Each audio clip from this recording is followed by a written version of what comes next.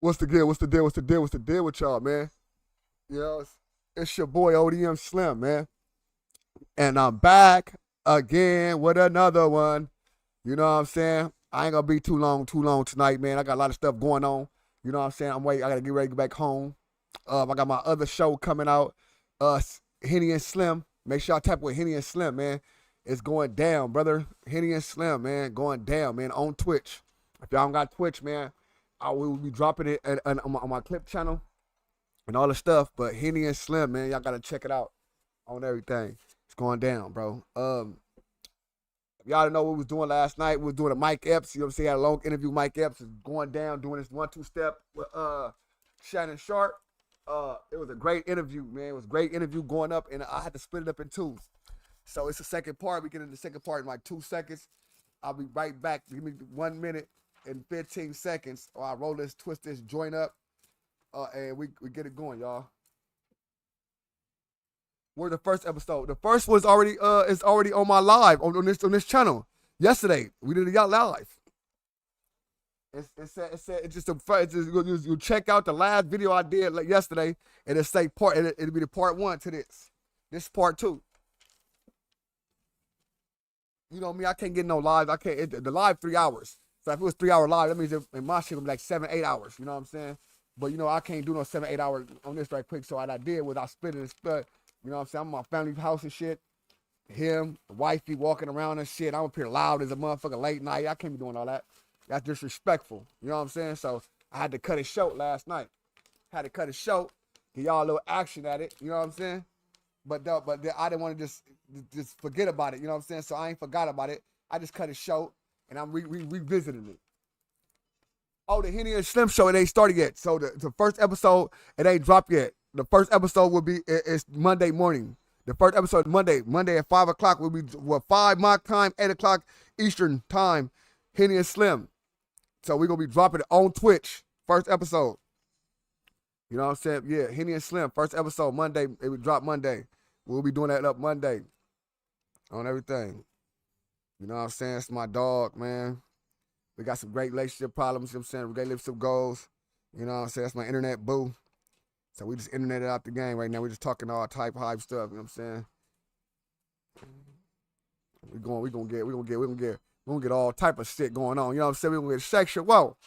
We're gonna get unsexual. We're gonna get sexual. We're gonna get pleasant and unpleasant in that thing. You know what I'm saying? We're gonna talk about everything that's really going on. Really going on. You know what I'm saying? Everything that's really going on. Ain't nothing, you know what I'm saying? But yeah, man, let's get to this content that's going on, man. I'm about to roll twist. I'm twisting this joint up still. But we can get to this content, man. We give me like 1 more minute. I don't want to be doing that on the camera. Goddamn dog. Goddamn dog tripping. She all right, though. She wants somebody to take her out, right? It ain't gonna happen. Not tonight. Maybe have it tomorrow morning. But not tonight. Sassy. Goddamn sassy. Goddamn sassy. Hey, y'all need some of this, bro?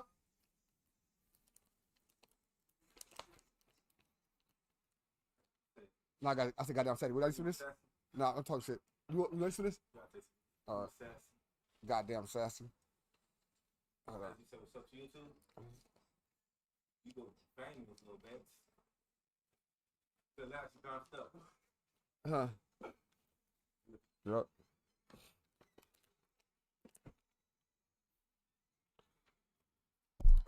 Let's get it, y'all.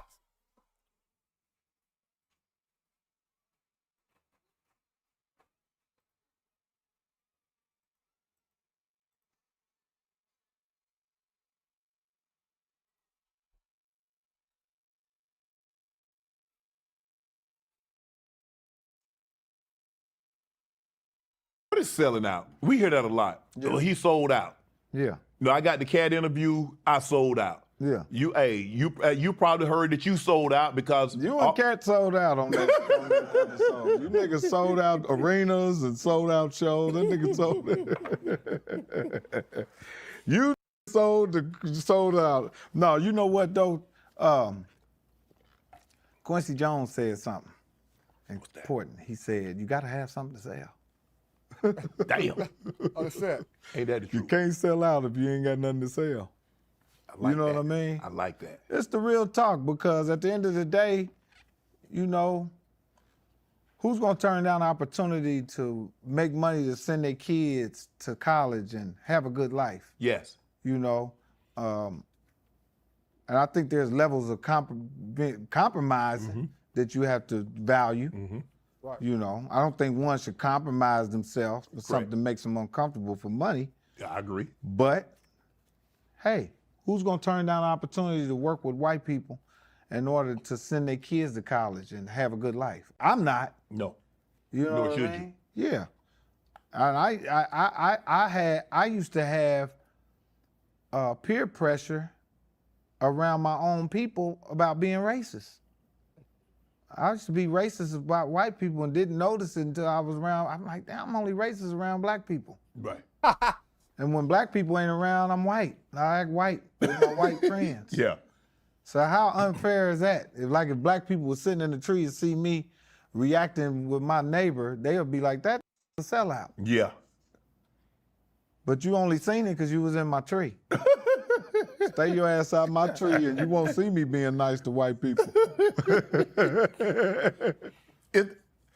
I need you to tell. Because you've been, you've been a comedian for 30 years. You've been in Hollywood for damn near as long. Yeah. What's a Can I get y'all to double tap the screen, like this? Let's get them likes up, bro, immediately, bro. Let's get them likes up immediately, bro. We at work, we hard at work, bro. You know what I'm saying? I know that we do this every night, and you always try to get the likes up, you try to get the hypes up and all that, man. Look, like, hype, all that, everything. You tired? You tired? gatekeeper? A gatekeeper And is, are there such a thing? yeah, a gatekeeper is a nigga at the gate that know if you get in there, you might take his job. We talked about this earlier. You might take his job. The people who are the people that are to be might see you and give you better opportunities than the next one. done? Right. And You done with it? if I'm a You tired? guy, black guy, making money for a Talk to them. company who's dishing out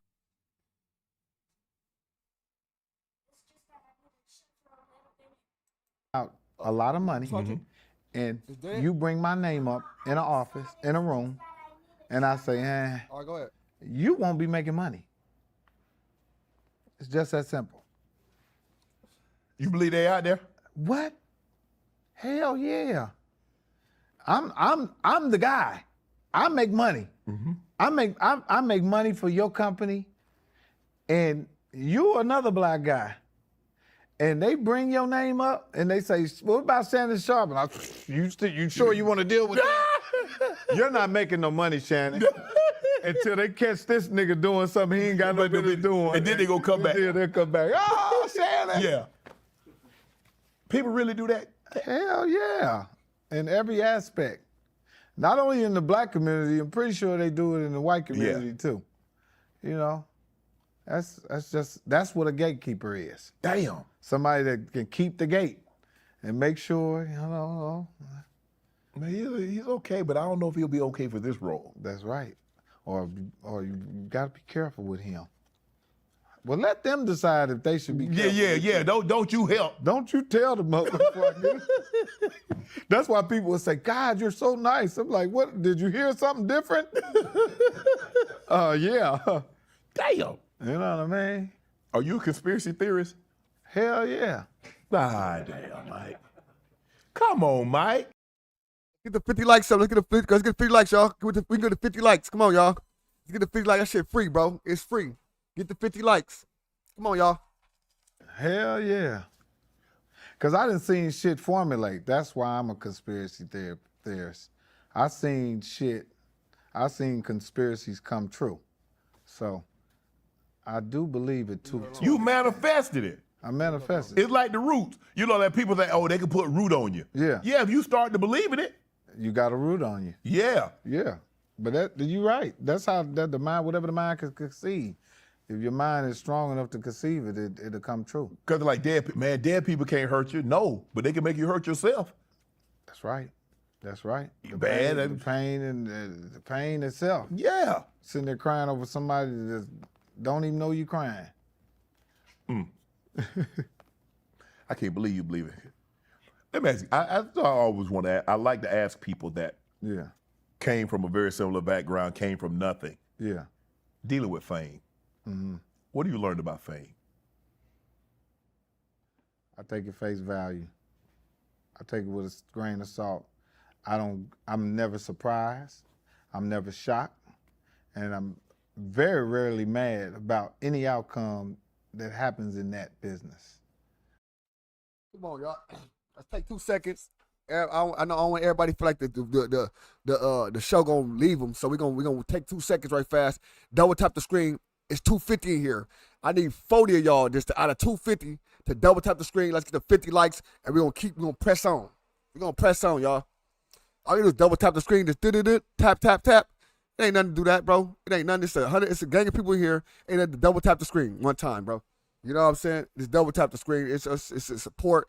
You know what I'm saying? We this every night, showing love, showing support, and you know what I'm saying? For the ones that sit here for people, let's double tap one time, bro.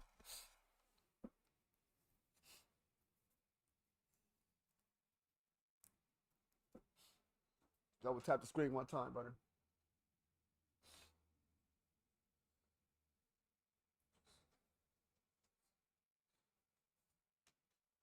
Nah, watch it for free.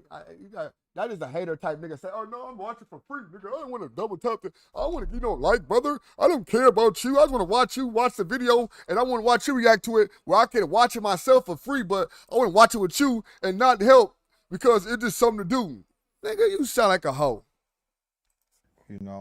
I'm not shocked no more that there's ass kissers. I'm not shocked that people act like they know you and don't know you tomorrow. I'm not shocked. That happened to you, Mike? Hell yeah. I mean, it happens in show. It happens with success. I got friends and family members and shit that hey, one good thing about me, I ain't always been famous and rich. Right. I've been broke before, Yeah. and I have been nobody before. Mm-hmm. And I know how I felt then and how people reacted to me. So can't nobody pull the wool over my head. Yeah, I'm half and half now. I've been poor. I've been well off about as long as I've been poor. So it's about 50-50 now. Yeah, you know. So you absolutely know. You fucking But I know. hate that. I you know what I hate? Human Hey nature, man, bro. hey man, take my number, give me a call. Yeah. What I'm gonna call you about? And then they change the number. Bro, Oh yeah. bro, why you say call? Yeah, I done had that. I done had that done before. But again, Shannon, to keep my stress levels down and to understand, I understand that's what it is. It's like trying to change a tiger stripes. Mm-hmm. This business has stripes on it. It's a tiger. You're not changing it. You're not gonna change how people are. That's how people are. People are fake. People are messy. People up. People do. That's what it is. Go home, go to bed, and understand that's what it is. I want to ask you, when you were you always funny? Were you funny as a kid? Whole life, any situation. So you a class clown, huh? Class clown like a. They used to call it being disruptive. Yes. But it turned into being a comedian for me. So my disruption turned into fame. So when the teacher would call and say, Mr. Epps, it's just hard to get him to focus. Yeah. I mean, he's just disruptive in class. I mean, he's everybody's friend. He's making jokes. He's constantly, I don't really know what to do with him anymore. Yeah. Well, see, they tried to put me on Ritalin when I was a kid. They tried to put me on a pill. Mm. And They had pills back then? it's called Ritalin. No, they just had ass whipping. No, back then they had. Mike, you talk about back then, you 2 years younger than me. You make it seem like you 20 years younger than me. I am, nigga. Really, Your mom didn't tear your ass up. I didn't get whoopings like that. Yes, yeah, that's why. I didn't get whooped. I have gotten some whoopings, but I didn't get ass whoopings like that. And yeah, I used to take a Ritalin pill, and I stopped taking that. Why? Because I would act like I took it and spit it out. And they told my mother, we need to go up on the Valium. It ain't working. Damn. And she said, no, he ain't taking shit. Did you notice when you took it? Did you notice a change in you? Yeah, it made me tired and made me eat. That's why them kids that's on that shit will make them fat. And, you know, that's some government shit. Yeah, man. You know what? You know what I needed to do, and I tell people with their kids all the time: let them grow, man. You don't know what they're gonna grow into be. You can't really judge a kid when they're young. You think you can, because a lot of people thought I was gonna be something else that I'm not. I ended up being successful. I got people looking at me so shocked. It's people that look at me like, damn, you are really a different, I never thought you would grow up to be who you are. I thought you would be ignorant and slow and dumb. I've always been smart, but I was very unorthodox. I learned different from everybody. Never learned the same way nobody learned. So I picked up a brick way different than you pick a brick up. So what kind of brick we talking? One of them red ones. Oh, okay. They go that big again. I'm just curious. I mean, you know what I'm saying? Well, you on today, ain't you, man? Like I said, what kind of brick you talking about? I'm talking the white ones, brother. One of the white ones. Oh, well, a black one. Niggas on today. But you've had some criticisms of comedians publicly. Yeah. Chris Rock, you say like you think he ended Chucky Ducky. Yeah. I like Chucky Ducky quite. He did. He Chucky Ducky's career up. What little career that it was there. Man, come on, man. Don't do Chucky Ducky like that. Nigga, fuck Chucky Ducky. Man, I like Chucky Ducky. That nigga went on one of them shows and said, Chucky Ducky needs some jokey wokies. See, that's why Will Smith popped that nigga upside his head. Come on, man. Are you condoning that behavior? I ain't condoning it, but I can see how a nigga pop him upside his head because he know how to. But Chris Rock weigh 132 pounds. Them be the motherfuckers that know how to get a hold of you. that Chris Rock, he know how to say. He said some shit to me one time. Huh? Yeah, that motherfucker walked up to me and said, "You can't act rich if you ain't rich." I said, "Huh? What the hell?" At the time, I wasn't rich. I understood what he said, but I'm like. But you just upset that he said that. Yeah, because what he didn't understand is I came from a drug dealer world, so I always like little. Yeah. You That's the drug dealer in the. He thinking I'm up there trying to make the people think I got show business money. Yeah. And said that shit to me. I said, man, I'm rich in a whole lot of ways. Damn. Ferret looking ass. I know how I feel about being rich. Man, I'm try to get Chris Rock on the show. You gonna play, but I can't get him. That scared that somebody gonna pop him up. He's scared you gonna reach over here and pop him. Now that we're on Chris Rock, when you saw that, Yeah. did you think it was real? No. I didn't either. I'm like, damn, that was. I was like, that's a skit. I thought it was a skit. I knew it was real when I seen Will Smith's face when he said damn. When he said, keep my name. I was like, oh, he really keep my wife's name out your. He could have got away with that. I would have just caught him in the back somewhere. Yeah. Nobody would have seen it. He But let me ask you a question. On stage saying, Chris Rock hit me in the, Will Smith. I would have said, I ain't hit him. But I don't know a whole lot of comedians that would have let that go. You up there, you ain't letting that go. Nah. No. But Chris. Hey, I'm saying, what about y'all? I'm saying, look, bro, I don't give a fuck who you was. Chris Rock, Will Smith, Jada Pinkett, Andre 3000. A nigga hit me like that on Neighborhood could be dying after the show. Bah! Woo! Boom, boom, boom, boom, boom, boom. Right after the show, cuz. Live TV. ODM Slim just smoked this nigga. Simple and plain. Made a joke out of it. Like, fighting right there. We'd have towed that whole little area up. Yeah. But see, I wouldn't have said nothing about his wife either. Right. You know so you felt that was off limits? I mean, you know, with all them white people in there, it gets a little rough. All he said was G.I. Jane. But I think it was a culmination because remember years before that Jada said she wasn't coming. I would have popped that upside his head too. Come on, man, come on. But I wouldn't have did it in front of everybody. I would have said, hey man, Chris, don't do that again. Yeah. And in the back, nobody would have seen right. it. You don't do that in front of company. Nah, not in front of the white people. Yeah. You know what I'm saying? That's one thing black people, we can't do certain shit in front of the white people. Yeah. We have to look at each other. Nigga, I catch you behind the liquor store, Okay. Chick-fil-A or something. But we ain't doing this in front of the white people because it's gonna f your money up and my money up. Yeah. As soon as the white people see you violent, they done. Yeah. They don't like violence. Unless it's a war. I'm like, damn. What? I was shocked, but I thought Chris handled it really, really well.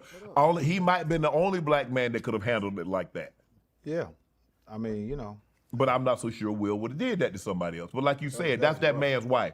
No matter what somebody else might think of her, that's that man's wife, and he loves one her. thing that coochie will do, Lord, make have you mercy. act a fool. Yeah. My wife, anybody, that's one thing that'll get me too. And they call it, can I curse on here? Yeah. They call it a tender dick. Lord have When you tender dick, you'll kill somebody over a woman. Chris Rock was tender dicked. I mean, Will Smith. Yeah, he had tender. He was tender. But I am too. Mother better not say nothing about my wife. You can do anything in the world, nigga. Don't say nothing about the wife. Because you got to go home to these women. And if you don't stand up in front of a woman, they going to say that shit. What they gonna say? You ain't say nothing to them one that said that. See, now now they looking at you half cocked. He bigger than me though, baby. I don't want to mess up our money. Don't you like living here?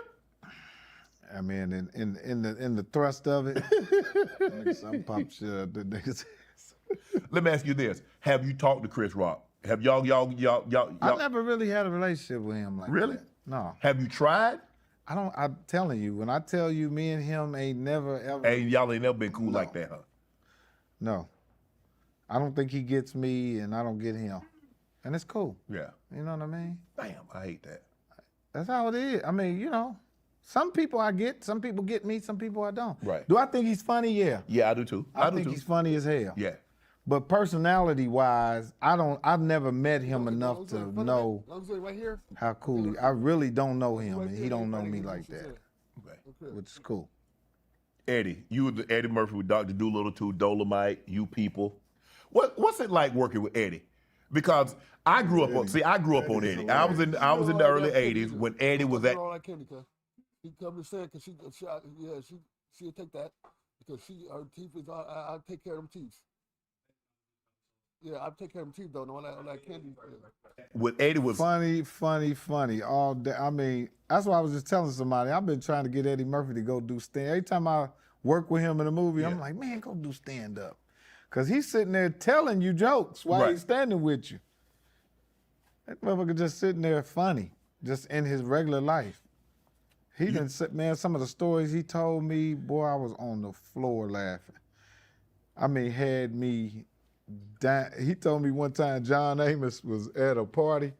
Remember from Good Time? Good Time Dad, yeah. Said he had a whole suit on with a drink, and there was so many girls in there, they said he stepped right off in the water with the whole suit. They said he kept the drink up like this and got out of the water and just kept drinking like nothing happened. Drenched, soaking wet. You think Eddie will ever do stand up again? He should. He's the king of that shit, man. That's one thing about Eddie Murphy, man. His timing and the shit that he, you know. I seen him and Kevin Hart have some words. I don't know how real that is, but I seen them have some words, and I'm like, Kevin, you can forget it. This dude is Eddie Murphy's the king of comedy. He's king of stand. But he ain't done it in so long. It's like a surgeon. You don't stop. You like surgeon. Like think you can play football? No, not with two artificial hips. I got. Oh, I forgot about that. Yeah. If I'd have known that when we got into it, nigga, I would have hurried up and found your ass. Nigga, Shannon, what the hell you on that motherfucking hip? Bam! No. They good now. They good. I can't go below 90 degrees or something like that. Yeah. But my hips are fine. I'm not in pain anymore. Now, you should have called me. You could have got me then, Mike. I can get you now. Shit. Not a chance. Shit. I seen you up there playing with Crawford. Yeah. In the box. I ain't want to mess his money up. Hey, I wanted to be. You could have whooped him? Oh, I'd have tossed him. Yeah, I could have.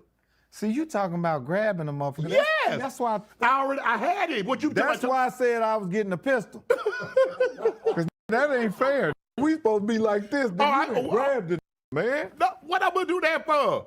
It's got to be quick. I got too much muscle. It's going to fatigue. You got to get rid of it. Yeah. Yeah, for sure. Yeah. Give me your GOAT comedians because you go back a ways. Yeah. I mean, you get Eddie and then Carlin and all these guys coming forward. So you have a guy that's 30 years old, he might like, I'm gonna take this guy because that's all he know. But you get to go back a ways, Mike. Yeah. So give me your GOAT comedians. Give me your Mount Rushmore. Shucky Ducky.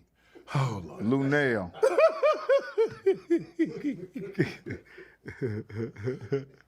No, of course. You know what? I hate saying this shit because everybody say the same guys all the time.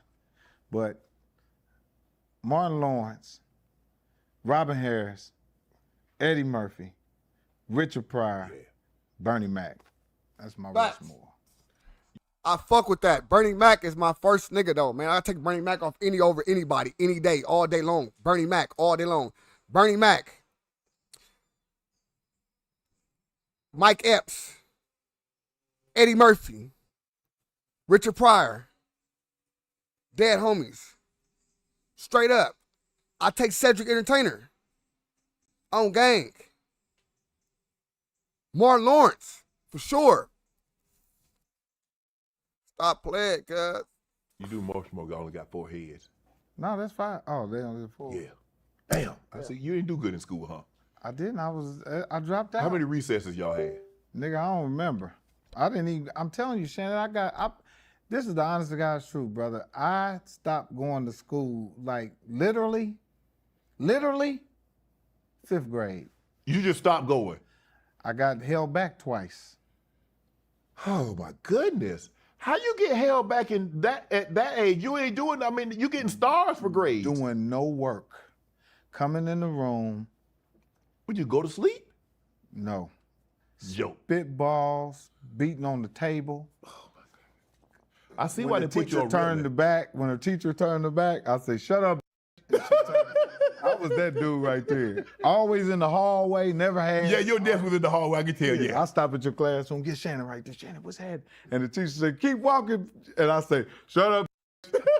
Now I'm in the principal's office. I mean, literally, school was a playground for me, but I was working on being a comedian. So let me ask you a question. Yeah.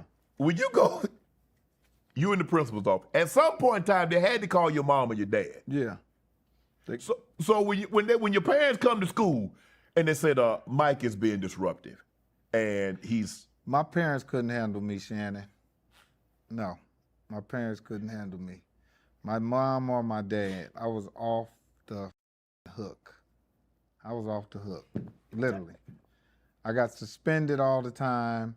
Hold up, how you get suspended before the 5th grade? I made it to the 9th. You know how I made it to high school? How? They just kicked me out of junior high. So they just keep promoting you because they ain't want to deal with you no more. I went to junior high. As soon as I got to a freshman in high school, I got kicked out of high school. For what? Fighting, crazy shit, showing up late, not going to school. In high school, I just didn't go to school. I was like, I'm just hung in the cafeteria, and they had a little court where the kids was. Man, I was wild, man. But I was really a comedian. I had people on the floor. I would mimic all the teachers. If it was a cute girl, it was my job to make her feel not cute. That's how I would get her to like me. I talk about her toes, her hair, and they come back to me.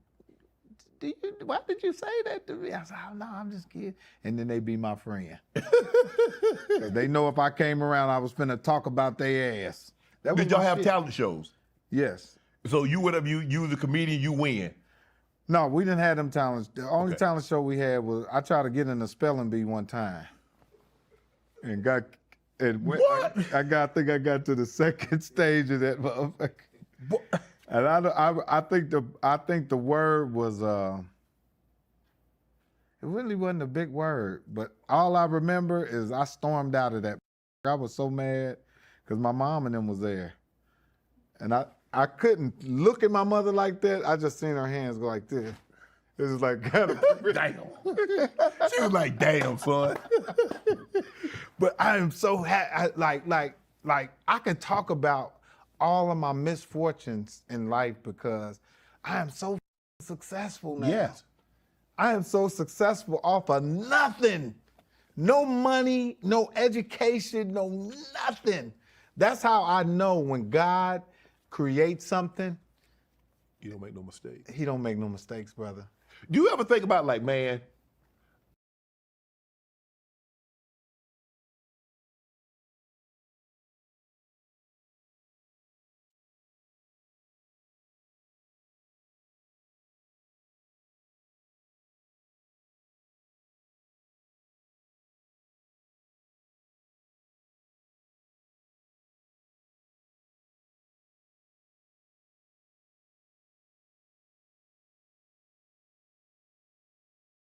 I could have did this. I could have graduated. I could have gone to college. No. If I'd I have couldn't done focused. none of that shit. Yeah, but you focus on these roles. You focus on your stand up. You focus in this movie business. So when you want to lock into something, I can do it. you can do it. But it took me to be an adult and have bills and kids to Yeah. lock in. I couldn't lock in on just my life. It wasn't enough. I had to see some kids. man. Yeah, you had Now I got other responsibilities, responsibilities. living more for more than just myself. Yeah. That makes me do the right thing. Right. Yeah.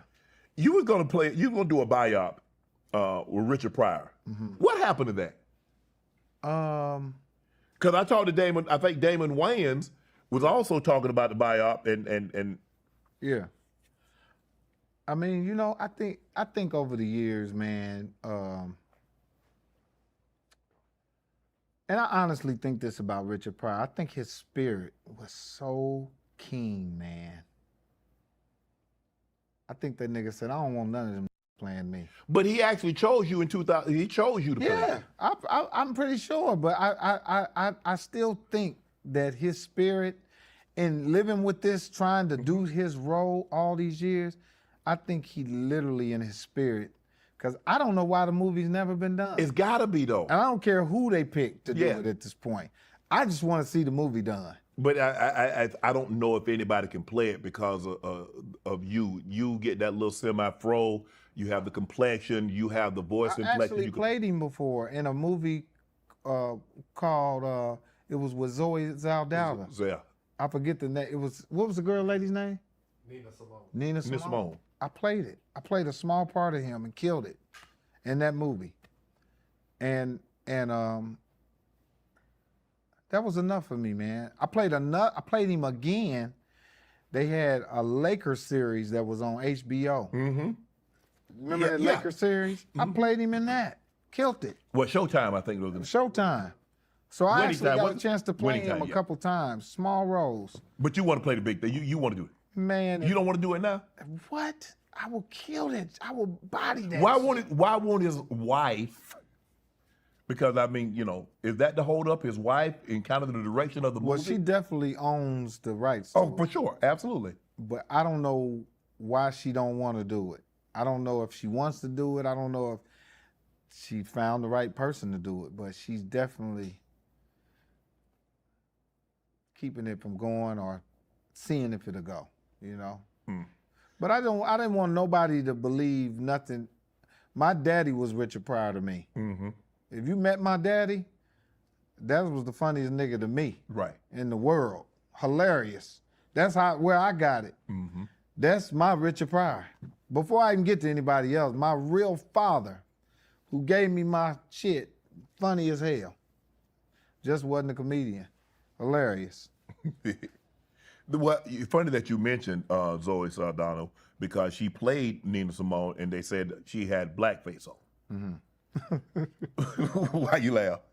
I don't know why she did that shit. That was crazy. I mean, Listening to white people. See, sometimes you listen to white people, sometimes they be meaning well, but they'll send your ass down a dark hole. right. With your culture. Because you could have easily got someone of darker complexion to play that role. That's what I'm saying. That was somebody that wanted her to play that bad, and was thinking, but didn't know that you can't do that. They do that. They should have got somebody like Mary J. Blige, who was really good, that could sing. Sing, right. That was a real black girl that could do it. Yes. You know, and I love Zoe. I just don't think that was the right role Right. to play. Hell, Jennifer, J. Hud.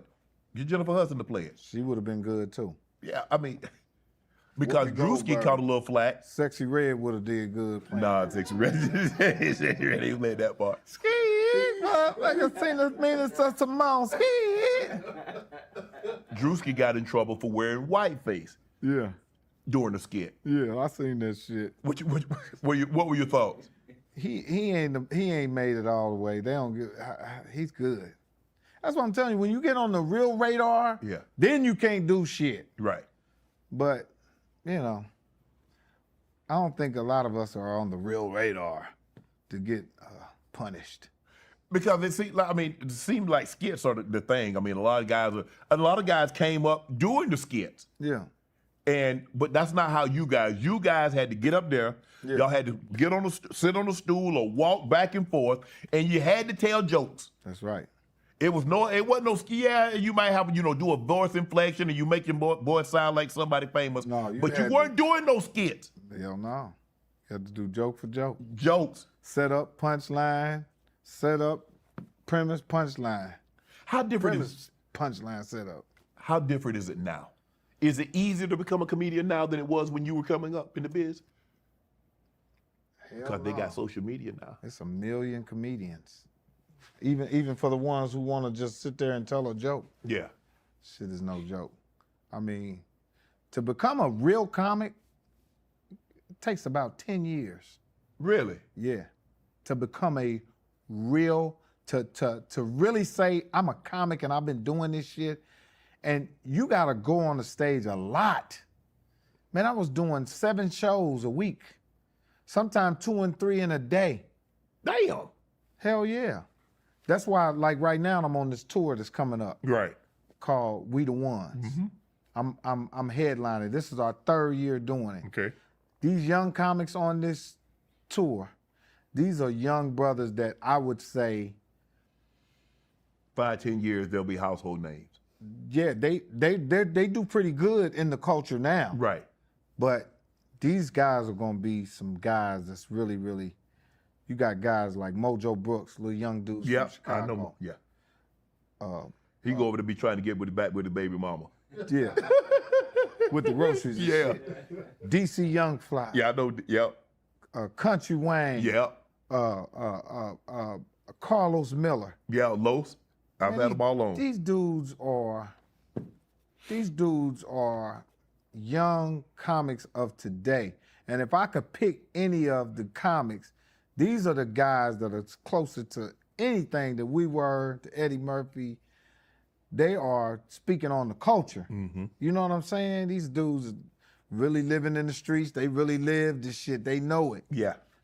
Only difference is we just got the time on them, man. Mm-hmm. You know, we and that makes a difference. Unfortunately, they came in a time of this business that just wouldn't allow them to run around and tell jokes like we did. Right. Even if I wanted to do that shit right now, it ain't enough rooms. Yeah. Comedy clubs are just scarce now like that. You know? How different is telling jokes now than it was then? Because there are a lot of stuff you can't say now that you could say back then. It's different. I mean, they got this whole cancel shit. Yeah, we are. Which I don't understand that shit, because if you got an audience, you can't be canceled. Right. Like, can't nobody cancel me. I think the cancellation comes in when you trying to cross over. Mm-hmm. If you crossed over, I guess you won't get the opportunities that you had on the crossover. But if you have an audience, you can't cancel me. I got people that's gonna watch me.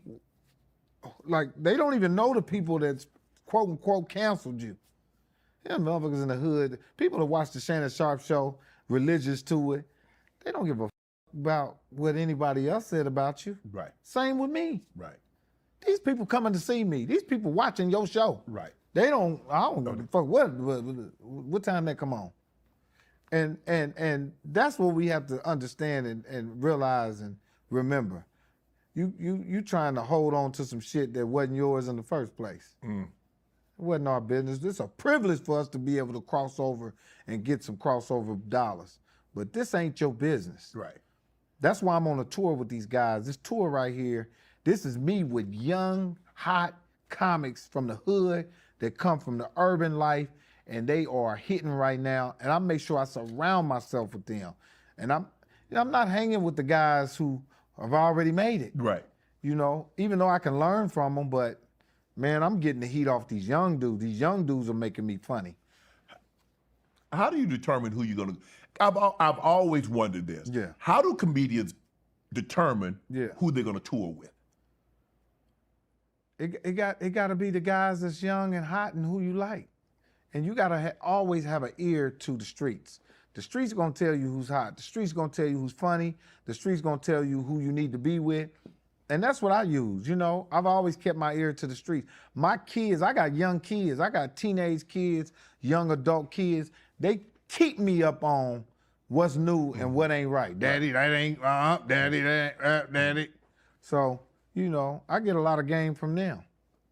But like when you were younger, let's say you're in your mid 20s, mid late 20s, 30s, 40s. How do you determine who you going to want to tour with? Or is there a promoter that says, okay, Mike, I've got this tour together. I got a comic. Yeah, I got an agent named Chris Smith. Okay. That's been my agent, particularly almost my whole career. Okay. And what he particularly does, he take a comic like me who already made it, and he'll go get a young comic and put the young comic on my show. Right. Because he's an agent for both of us. Okay. And that's how a young comic gets his name. Okay. I opened up for Steve Harvey. I opened up for all of these guys. Earthquake. I've been on tour with Bruce. Yeah. This when I was young. Yeah. Me and Bruce was on tour. We rode all over America, man. Yeah. Nobody knew who I was, but that's how young comics get on. You got to open up for somebody that's on, for somebody to see you. Right. Yeah. So I like say I seen Bruce and Earthquake. Yeah. I used to go to comedy shows all the time. Yeah. Get back going to that. Did you? Yeah, but the ones I want to go see, they in big play. I like the comedy. It ain't the same. Yeah. I like the small, intimate, like 100 people. It ain't the same. It's different now. It's different now. So you come from the old school. You remember when it was real comedy. I do. Yeah. I do. Yeah. Entertainment business. What have you learned about the entertainment business? The entertainment business is it's gonna give you as much as you put in it, you know. And you can't take it personal. You know, one thing Queen Latifah's manager, Shaquem, what he always say, I learned from him one time. He said, man, it ain't that serious, man. You know, it really ain't. I mean, you know, when it comes to you driving yourself crazy and trying to force it and make it be what it is, it is what it is, man. It's entertainment business. Right. It's show business. And you just can't take it to heart, man. You get what you can get out of it, last as long as you can last, and make people happy and, you know, pass the baton, man. It ain't yours to keep. A lot of people, it's hard. It's hard to pass that baton, though. They just want to keep running, bro. You got 4 people on here, man. Pass the baton. No, bro, I got to keep this thing going. Because they think it's their shit. They think entertainment. This shit was here before we got here, and it's going to be here when we gone. After we gone. Get as much as you can get out of it and keep going. Mike, what's the brokest you been? So I grew up on welfare.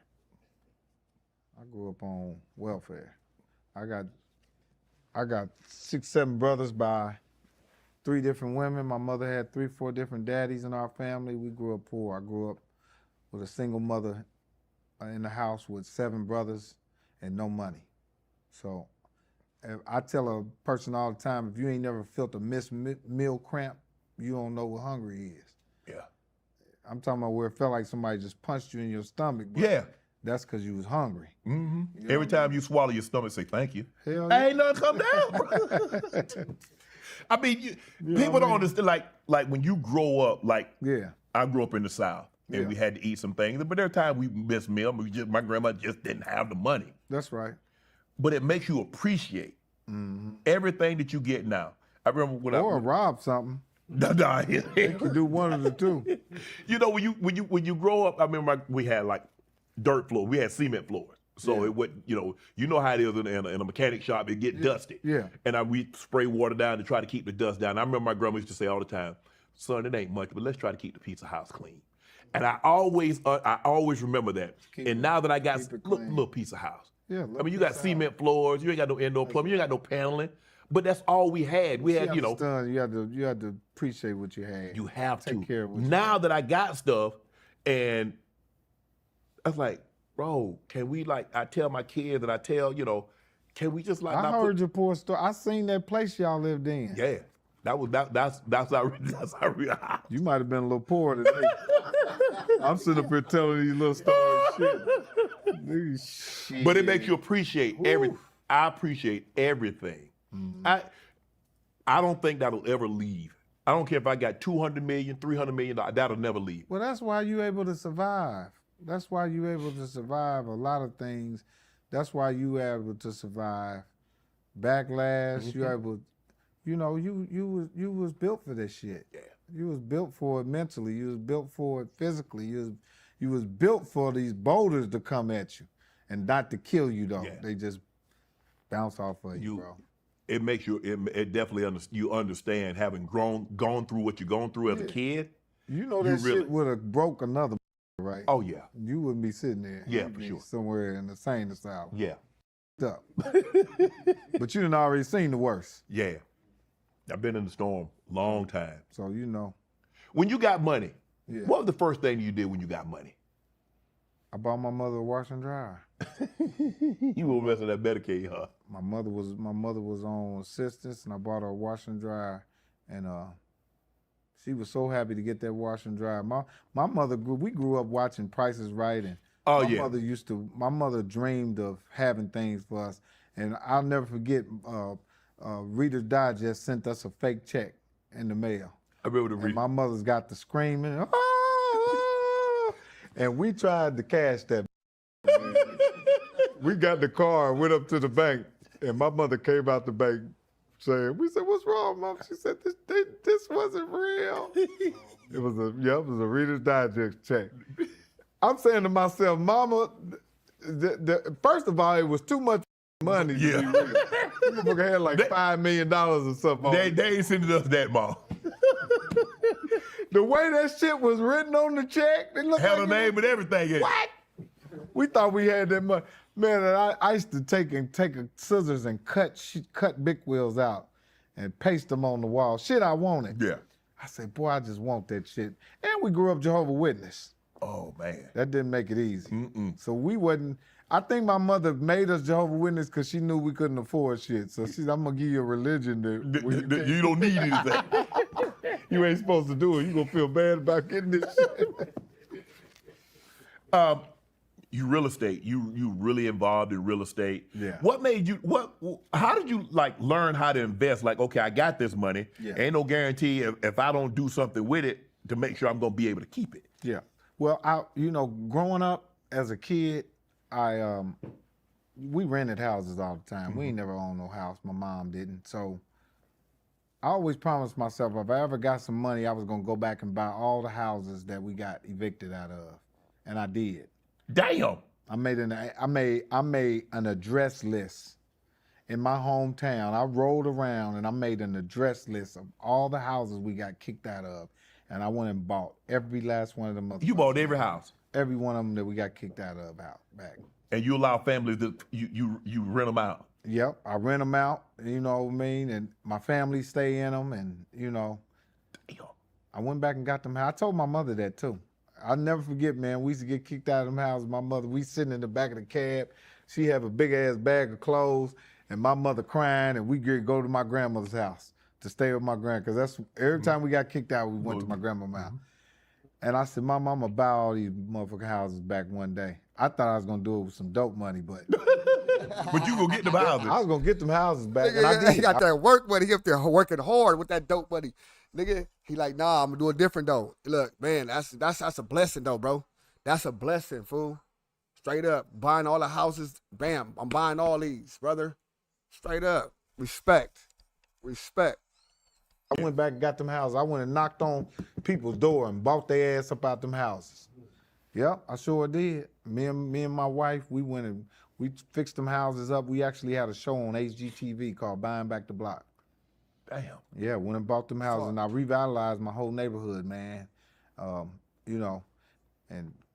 the white people walk down the street, man, and they don't know the history in them houses. Right.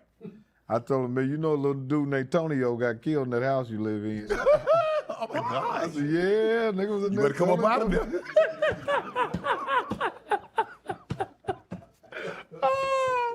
Mike, did you know your father?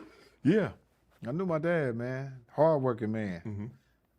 Tommy Epps worked at a plant, worked at a harvester for 40 years. You know, yeah, good dude, man. My father was a hardworking dude, and I'll never forget, man. My father didn't like no street people, and when I became a street dude, I was selling drugs. He had a car wash. I went to his car wash in my Cadillac, and he told the people, "Don't wash that." Damn. Because I was selling dope. Yeah. He called me a dog. He said, "You a dog." I said, "Huh?" He said, "Yeah, you a dog." He said, "You ain't worth shit." Because I was selling dope. Yeah. And I got caught. And I'll never forget I was in prison and I met a dude from Miami that got caught selling kilos and shit. And I'm sitting in the cell with him. He was showing me pictures of his houses and boats. I said, damn. I called my father because I was talking to my father in jail. I said, Daddy, I'm in here with a dude that is smart as hell. He said, well, son, if he's so smart, why is he in there with you? Why is he sitting there? You sitting there bragging about somebody in jail with you, talking about he's smart. Yeah. Damn. Yeah, my dad always said crazy shit that, and that shit still, I never forget one time too, I told my dad, I said, this is how I learned how to deal with my kids. I used to cuss my dad out. I said, man, you ain't no real because he wouldn't buy me the shit I wanted. Because I thought because it was kids that had the go-karts and mobile. Yeah. I said, why come I can't have it? I said, man, you ain't no real father. You know what he told me one time that came back, smacked me in the face? He said, wait till you have some kids. And boy, if I be damned, my kids didn't say the same motherfucker. That's crazy how that shit just doubled back. Yeah, absolutely. So it just teach you to always honor your parents and listen to them. They know what they doing. And most kids be upset with their parents and not realizing their parents be kids too. Yes. Your mother and father were too young too to be who the you thought they was. They was young too. Right. They were still trying to figure it out. So now I'm grown and I got kids. That shit just all came clear to me. You mentioned your wife. Yeah. How has your wife helped you? Because you hear a lot of stories like, okay, I got married and she helped me, she helped me find my purpose. Yeah. Steve speaks glowingly about his wife, I forget his wife's name, but Margie. And he speaks about like, I started to elevate when Margie got in my life. I hear you talk about the same thing, that how she calmed you down, that you like, it's not that serious, Mike. Yeah. I mean, what you trying, I got, you got me, I got you, we good. Yeah. How is it that when a man finds a wife, the Bible says that when a man finds a wife, he finds a good Most thing. of us get married so we don't screw everybody. Let's be honest. Okay. But I can honestly say that my wife is much younger than me, 20 years younger than me. Is she? Yeah. I don't want to date nobody my age because that's 100 years in the bed. So I had to cut the margin down, man. But she's a grown-ass woman. Right. She's 38 years old. Right. You know what I'm saying? So she taught me a lot. She taught me a lot. And sometimes, most of the time, your wife is gonna see things that you don't see about yourself. All the time. And you need that. Right. Because we're very, very slow when it comes to women, man. We think we smart, but they the coldest when it comes to holding them, knowing when to fold them, when to walk away, when to be quiet, we'll never be able to figure women out. Right. So I guess we gotta listen. You know what I mean? We gotta listen to them. And that's what God put them there for. He gave them that extra sense to protect us. I always say women are caretakers for men. Right. I don't care how much money we make or how much the king we are. Ain't none of it no good if a woman can't take care of you. Right. You this is your second marriage, right? Yeah. After your first marriage, did you think you'd ever get married again? Yeah. You did. Yeah. As soon as I met my second wife, I wanted to marry her. Because it was like God sent you to me. I could tell sometime when women are come through God for me, and I can tell when it's not that. And being young and famous and being in the business, it can having money. Meet a bunch of women. Yes. So you know when it's that one. Mm-hmm. She was that one.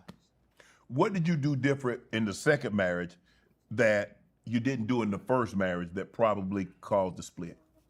I didn't do coke in the second marriage. Are you serious? Yeah.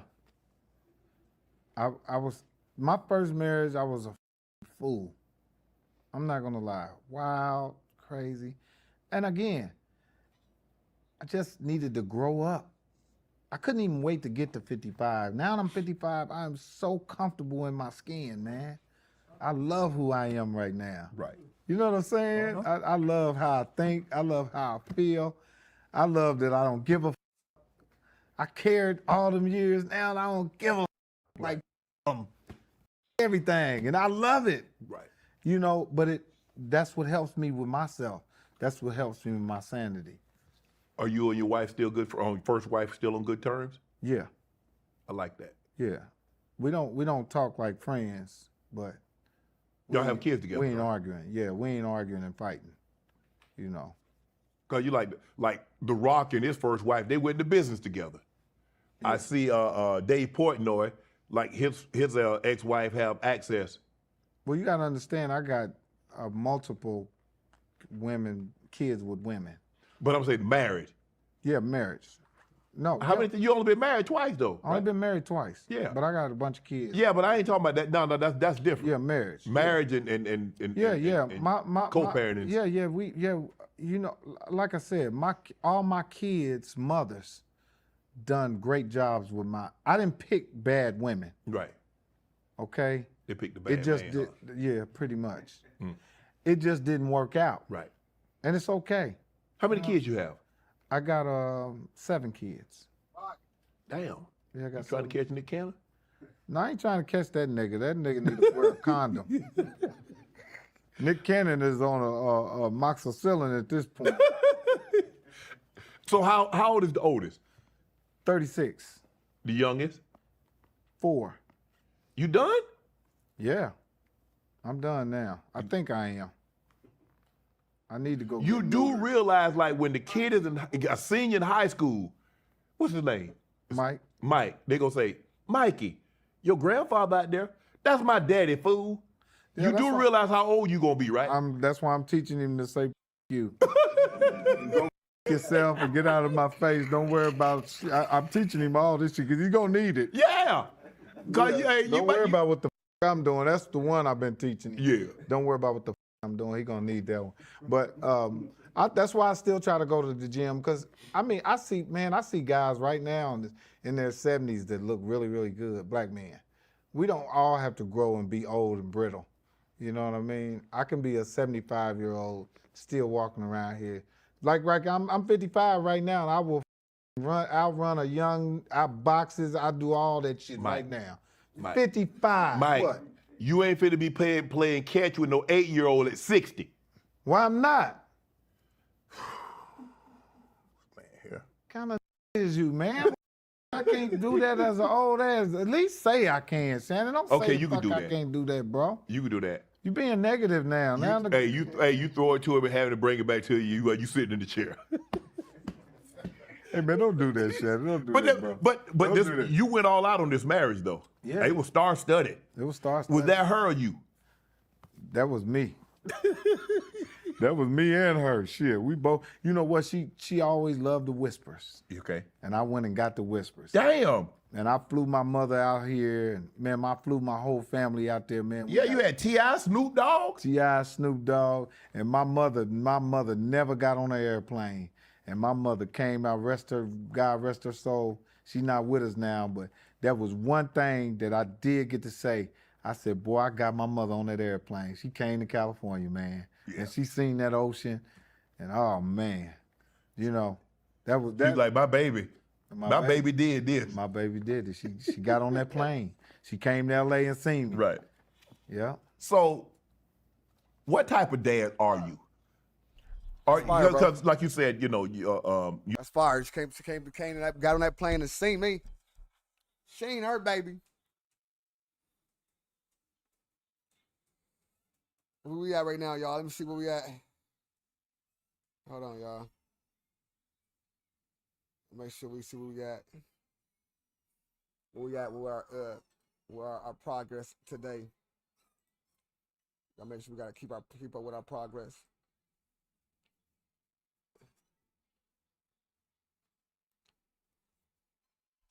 We at, brother? We at 31. Let's get it. Let's get them likes up, man. 31,000 an hour. All right, let's get it, man. 31,000 in 1 hour. Let's get it though. You can finish it off. Get some more in there. You say you cool with your dad, but are you raising your kids kind of like how your mom and dad raised you, or are you like, well, yeah? Well, I've been a different dad through the years. Okay. Unfortunately, my oldest daughter didn't get the best of me because I was too young and I didn't know what I knew. My nigga, shut the fuck up. Tell me what the fuck to do, boy. This my shit, nigga. Don't come here and tell me what the fuck to do in here, boy. Shut your bitch ass up and watch the fucking video, bitch. Or take your ass home. Go to sleep, bitch. Dead homies. Fuck, nigga. And I feel so bad about that. And I see my baby sometime and I wish I could pay her back, but I can't. Because I just wasn't in that place in my life. But my newer kids, I'm able to do the things that I wish I could have done with my oldest child. You know, so you didn't know. You could only do. No, man, I really didn't. And if I could go back and repatch that, I would do it 100 times. You know.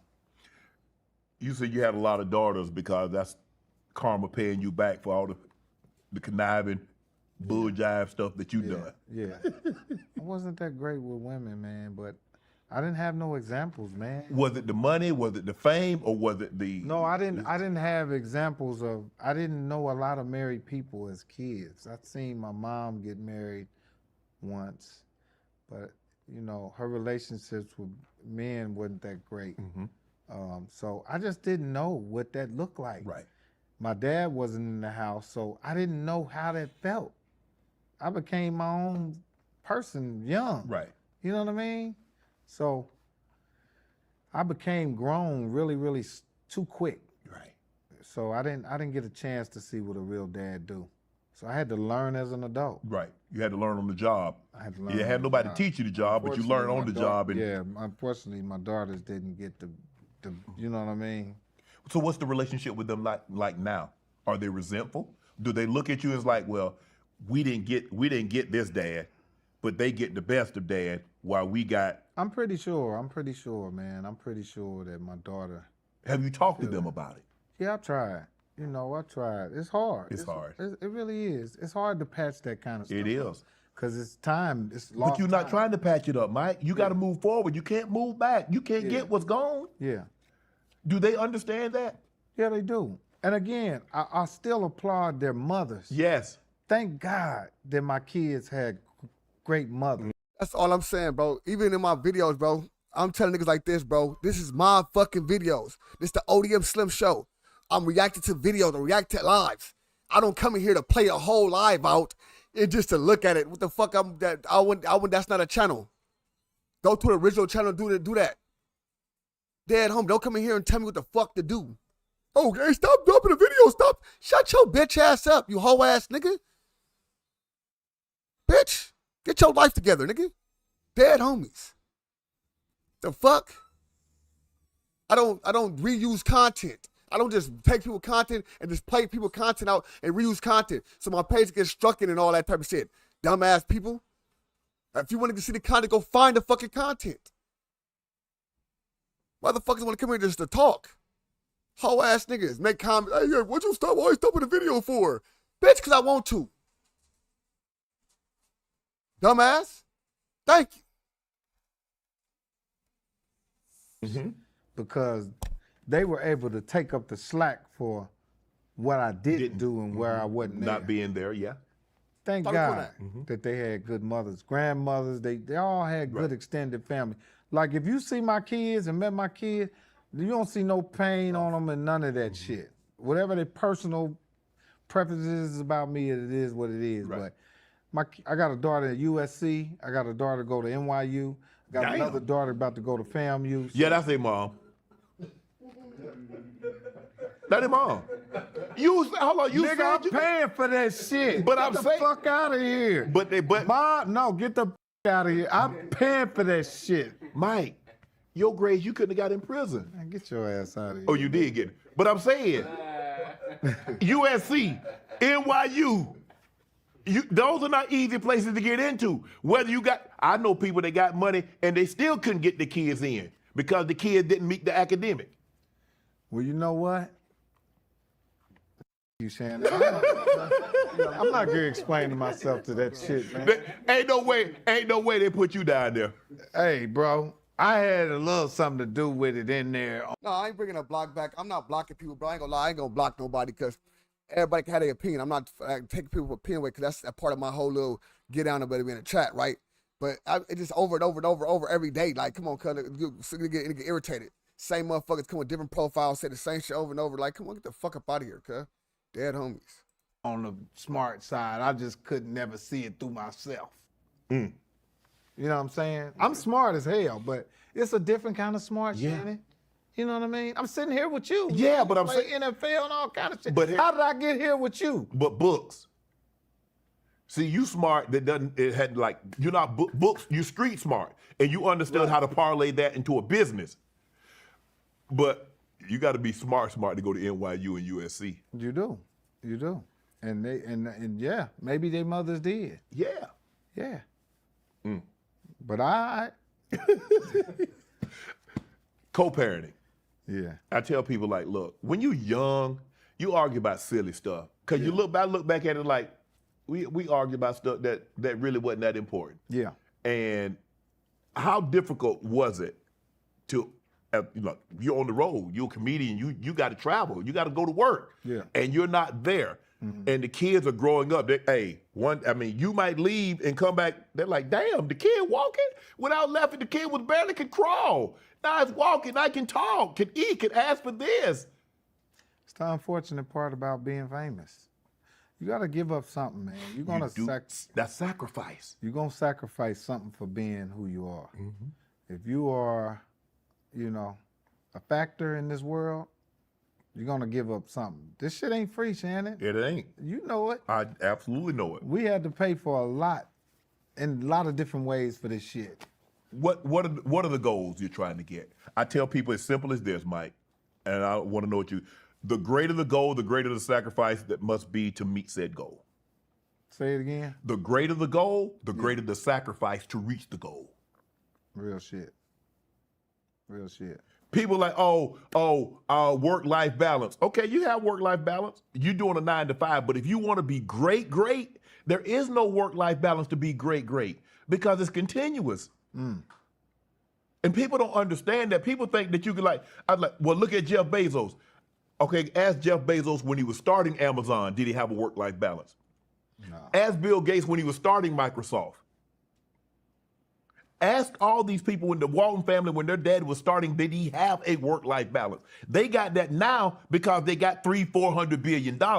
But in the beginning, there is no work-life balance. It's all sacrifice. It is. And you have to have a partner that understands the sacrifice. I had a coach that asked me one time, Mike, he said, Shannon, do you know why movie stars marry other movie stars? I guess because they like each other. He said, that's a part of it. He said, because the other know what it's like to live that life. Yeah. See, they know how to jump in and out of character. They know they're going to be gone. My partner knows I'm going to be gone for 6 months. Her partner knows, or his partner knows, she knows her partner is going to be gone for 6 months out of a year. Yeah.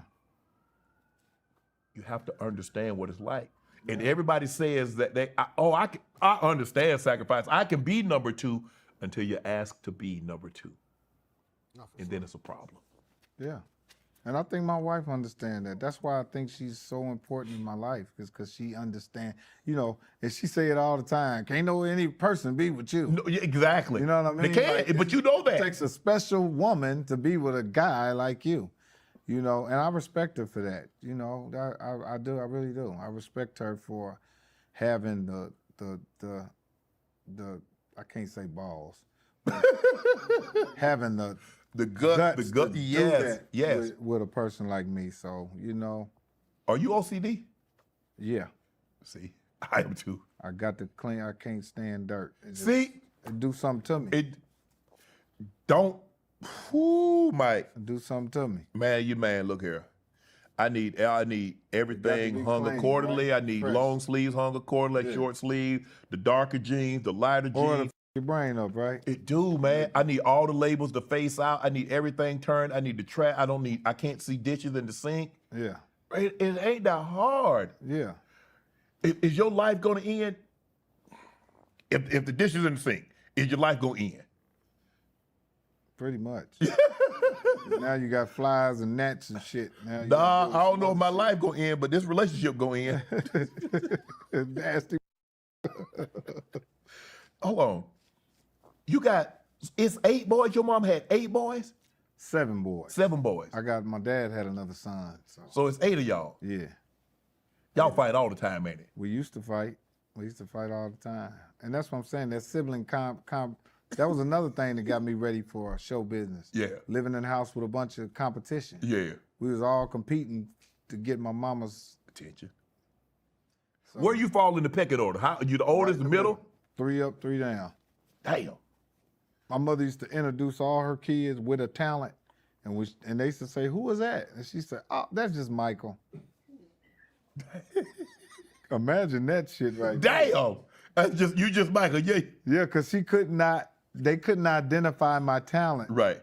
was being a comedian. Because back then, people didn't sought out to be comedians. Nah. So if you seen a kid being funny, it was like, he's disruptive. Mm-hmm. They didn't look at him and say, oh, he's going to be a big comedian star. Right. They like put a paddle on his ass. See what I'm saying? Yeah. So nobody could recognize my talent, Right. you know? And now hey man, I'm who I am. Mike, you got held back in kindergarten? I think so. Mike, all you got to do is come to class. You sleep. I did. I think so. Mike, how you get held back in kindergarten? Kindergarten is crazy. I wiped a booger on a kid, Shannon. I wiped a booger on a kid, and from there, it just never stopped. Mike, but they say you were in the slow classes too, though, Mike. I was in special ed. I was in the regular room up to about the 4th grade. And then you stayed in the same classroom the whole day. They came and got me out of there and took me to do we got to do this? I'm just because All right, they took me out of a regular room and put me in special ed.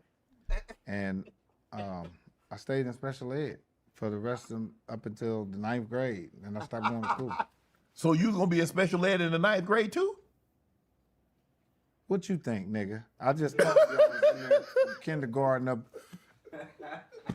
So you was about to You get answering your own fucking so question. you was about to get a certificate.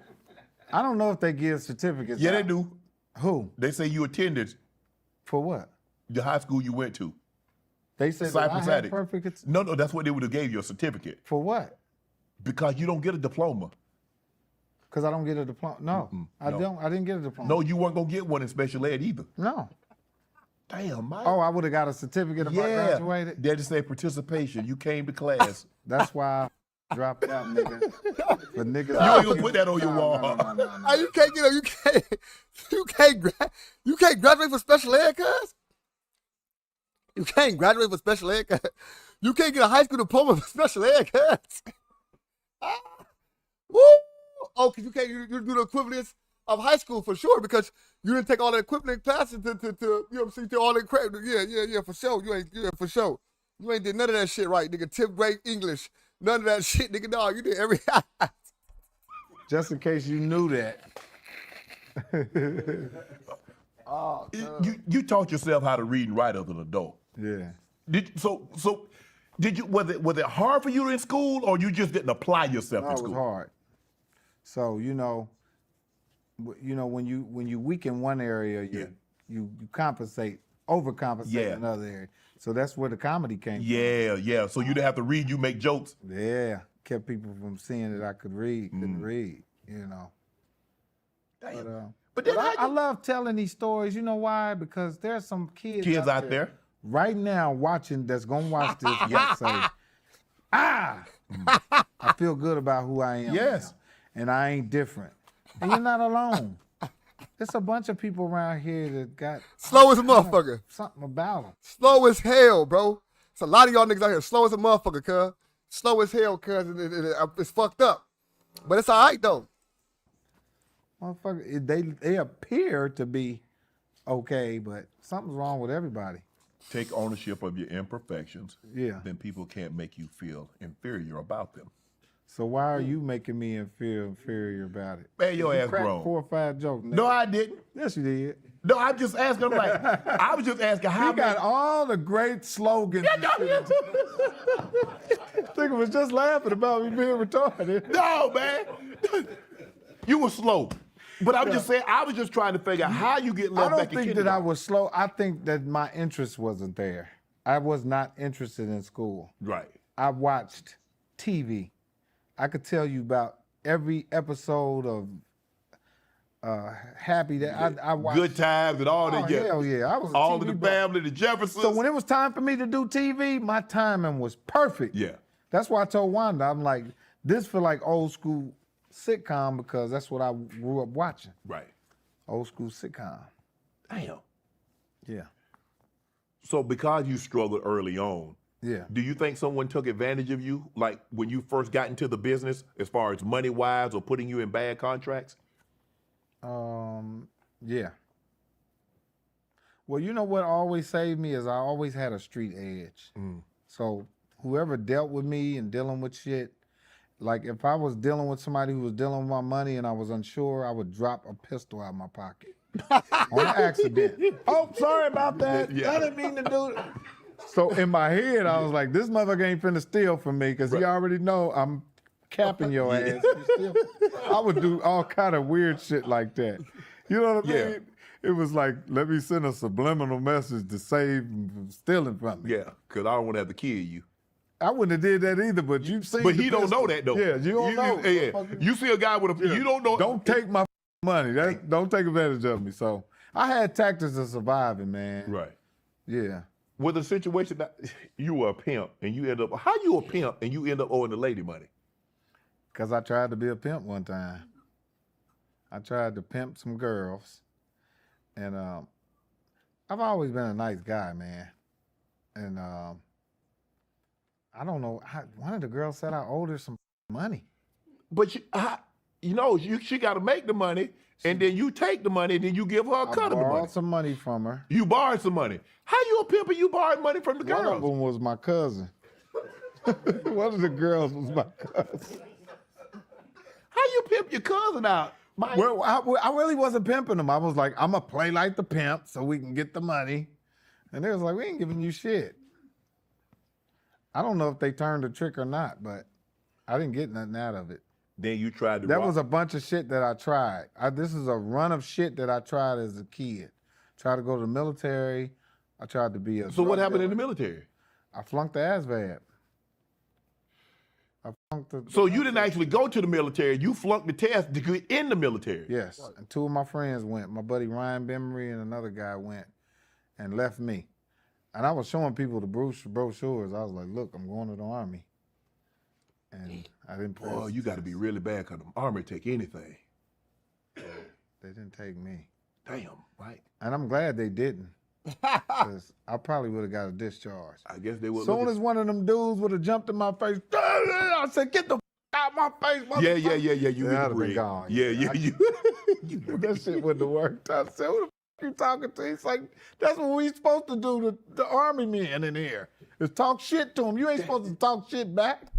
Damn, man. Soldier, do you hear what I was saying? No, I don't hear what. And it's been over with. Yeah, Yeah, they dishonorably discharged. Yeah. What about the robbery when you call your homeboy's name? Oh, yeah. My buddy Ray Bob.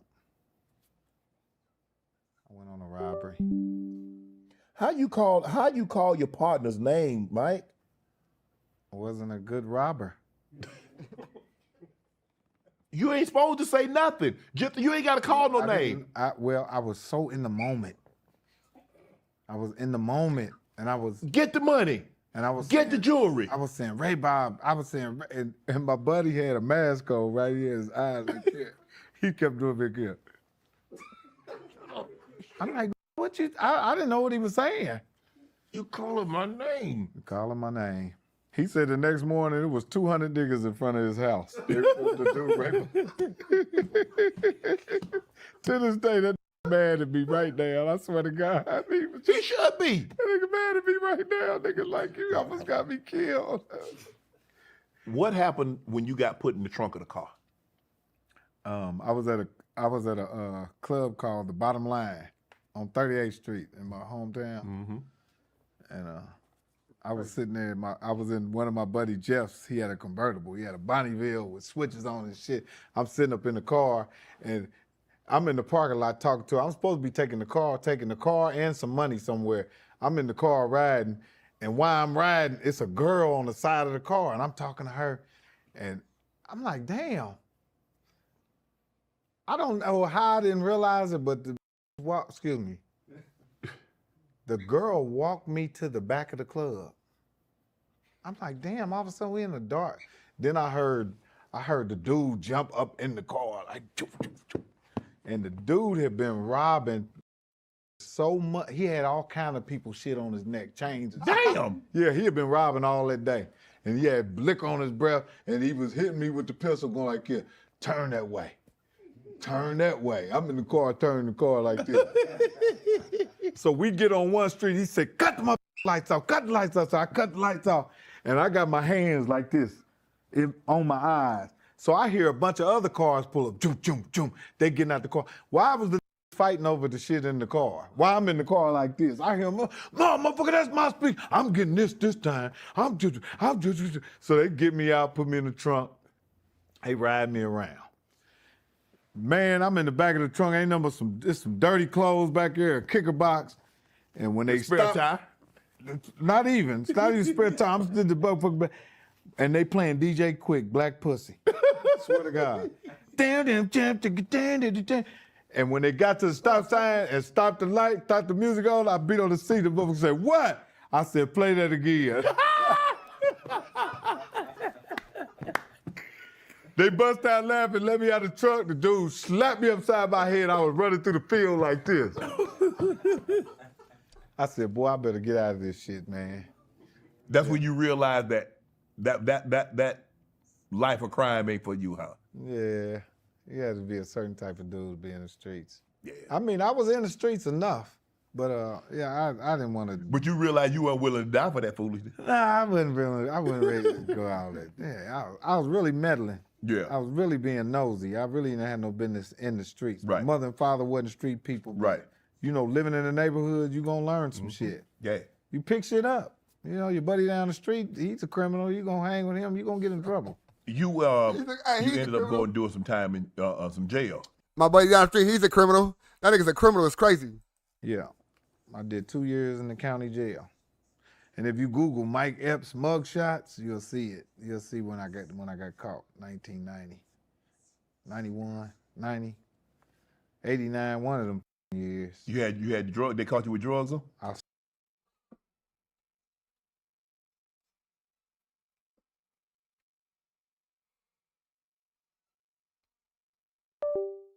Oh, shit.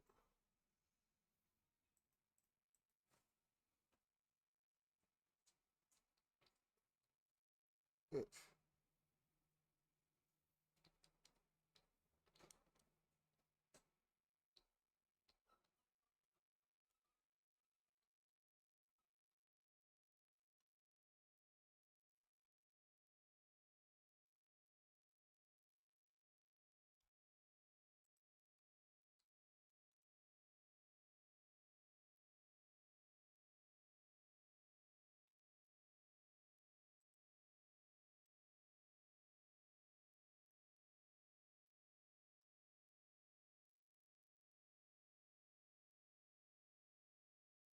This right there? It's not, I think, a mug shot, cuz. Oh, it is a record. It said on the set. My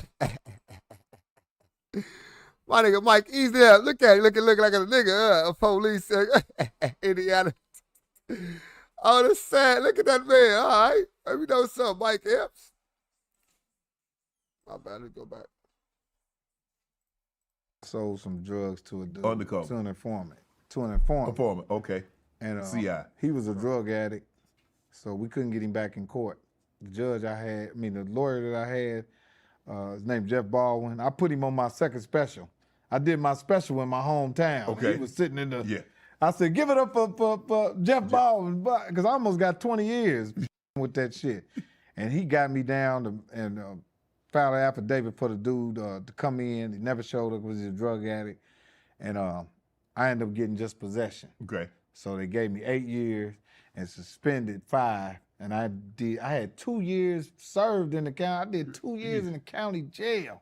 You go 1 year on probation.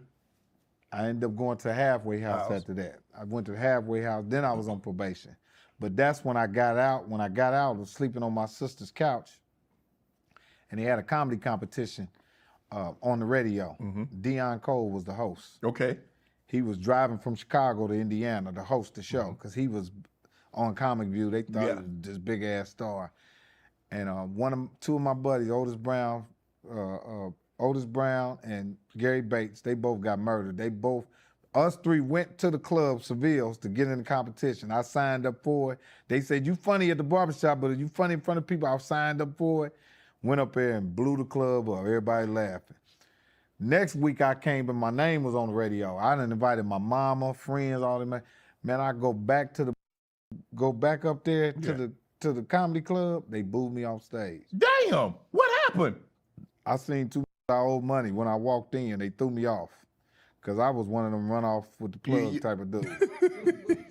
Because drug users catch me and say, boy, you better be glad I like you, Mike, or I'll f you up, because I was one of them dudes. Right.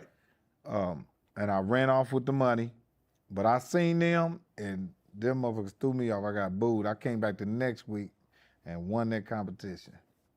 And ain't look back. Ain't look back. And I've been in the business. You think that was a sign of God that you had, like, you went and did that time? You like, I get out, I ain't coming back here? Oh yeah, that was it. I got tired of that shit. And plus, people was telling me I was funny. And I was watching Comic View, and I was watching Def Jam. And they had people. I was like, oh hell no, I'm funnier than them. Yeah. I just didn't know how to get to it, because I was living in Indiana. Yeah, right. You ain't know no comedians from Indiana. No, I would call Def Jam up in New York. Yeah. And say, my name is Mike Epps, and I'm trying to get in touch with Russell Simmons. But I didn't know I couldn't get in touch with him through calling the office. You know what I mean? Yeah. Right. I was just green, man. Right. Yeah. When you those demons, and you beat them, Not really. you have to fight them every day. Every day. Every day. You understand that you got to fight these demons every day. This is a fight you got to fight every day for the rest of your life. The rest of my life. But you know, the older I get, I learn how to cope a little better. You know, that's why my care factor is so low. Because the more I care, the more they come around. Really? Yeah. It's like, you know, it's like demons only come around when you care. When you don't give a f, they gone. And then you can have Maneuver how you want to. Yeah. As soon as they catch you celebrating and having a good time, doing good in life, Snatch your ass up. here they come. As long as you don't care, you up, you can't find them. You know? Was it hereditary in your family? Yeah. Whole family. Really? Yeah. All kind of shit in our family. Damn. It's in black people, period. Schizophrenia, bipolar, criminal, all of that shit. It's just running our history, bro. Criminal in I your learned how to blood. deal with it, man. You know? And I remember my mother used to make me go take naps. I never forget that, and I never understood what it was. She said, go take a nap. And I go lay down, and when I wake up, I was a different person. So I still do that. I go take naps. I let it all go. I don't care what's on my family, wife, kid. I go to bed. You decompress. Whatever's wrong with me, I go to bed. And when I wake up, I can deal with it. But I gotta go lay down. Lay down. And I shut that shit off. I don't want to think about the world. What is it that you wish you knew then that you know now? That everything was gonna be okay. If I knew everything was gonna be, Say that again, brother.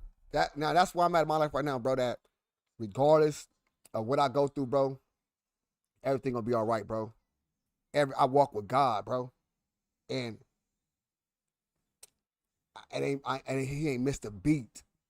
But I worry so much about a lot of shit. I overthink it, and every time when time is right, it's always on time. Every single time, it's always on time. It's always on time, bro. And I need to understand that everything gonna be all right. To keep worry about to keep his main focus every time, brother. Straight up. Gonna be on time every single time. be all right, I wouldn't have damaged myself or hurt myself. You know, because I was unsure about the future. So when you're unsure about the future, you have tendencies of giving up, not giving up, because you don't know if it's going to be okay. So you make bad decisions. Yes. Because you're unsure, and unsurety makes you not give a. When you don't give a, you hurt yourself. Right. And when you survive hurting yourself, you have to live with you hurting yourself. You know. Damn. Yeah. Straight up. Help me understand this. Is it okay for comedians to have writers? Or do you look down on guys that have other people write material for them? I don't think people can write for a real comedian. Really? Yeah, I think you can only advance it. You can only nurture it. You can help it. But you can't really write for a comedian. Nobody can write a joke for me. It's got to be something. They got to write some shit that would really come from me. If it don't come from, if it's something that came from them that they think I should do, I can't do the joke. Really? No. It's got to. It's funny because I see this a lot of rappers, like, well, you ain't a real MC if you don't write. But singers don't look at it. Beyonce had people write for her. Whitney had people write for her. But I'm saying, that's a joke. Yeah, but again. But it has to be personal. Does it have to be personal? No, I don't have to be personal, but I'll just take a premise. Just give me the premise. I don't want to hear your punchline. Don't give me a punchline. Oh, okay. Because I can't do anything with that. Because I need to make it up myself. Okay. I need to make my own punchline. I need my own setup. Just tell So me. you just need the shell. That's it. Just give me the shell. Because people write for me all the time. Regular people that don't even know they writing for me. Sitting at the bar and say some shit. I'm saying, I gotta have that. I'm taking that. And he can't deliver it. Nobody know who the he is. He'll never see me again. I'll never see him again. That's somebody saying, man, I told him that joke at the bar. Man, they stole my ish. Ain't nobody gonna believe it, huh? Gone in the wind. You mentioned Def Comedy Jam. You were on those. How did those shows advance Mike Epps' career? Those platforms were my start. That's what got my confidence going. Russell Simmons' Def Comedy Jam was a platform for young urban comics to do 7 minutes and get their shit off and shock the world, you know? Because back then, it was just Richard Pryor and Eddie Murphy. It was always one comic. When Def Comedy Jam came along, it was able to profile all these comics from different cities that were funny. You're right, because that was the only comedians that you knew. That was it. I mean, you know obviously Red Fox, but like it is now, I mean, it was Def Comic View and Def Comedy Jam and Comic View that you Earthquake and the Bruces and the Bernie Macs and all those, and you saw the Hope Floods and the Samores and the Cheryl Underwoods. Like, damn, man, there's that many comedians out there. Yes, I mean a slew of them. And when you think about it, you talk about Ice Cube, Russell Simmons. Oh yeah, Adele Gibbons gave everybody a career. Yes. Everybody came from that guy. From music to stand-up comedy. You can't take that from him. Right. You mentioned something very interesting. You said that you opened up for Steve Harvey. I've had a lot of guys sit in that chair right there and say, man, Steve did from Ced the Entertainer to Quake to so many, Ricky Smiley, Carlos Miller, who's on tour, gonna be on tour with you, Lowe's, about what he did. So many guys have said what that man did for them in their career. What is some of the best advice? Because I believe in giving people their flowers. Hey, somebody might have, just because somebody has a bad experience, it doesn't take away what he's done for. No, this is not live. This live on the ODM Slim Show. It's part 2 from yesterday. I did part 1, but it's live on my show. But yes, it is on Club Shay Shay right now. The full interview, 3 hours and 7 minutes. Go check it out. Other people. Right. What is some of the best advice Steve gave you? You know what? I don't think Steve Harvey ever personally gave me an advice out of his mouth, but he definitely showed by example. Okay. You know what I mean? He's one of the example guys that if you were smart enough, you would watch him and learn. Right. You know? I don't think he was a personal guy like that would come up to you and, yeah, man, and if you, he just one of them kind of guys. Cedric and them, they'll do it. D.L. Hughley, but Steve, not that kind of guy. Bernie, what? I did his last movie.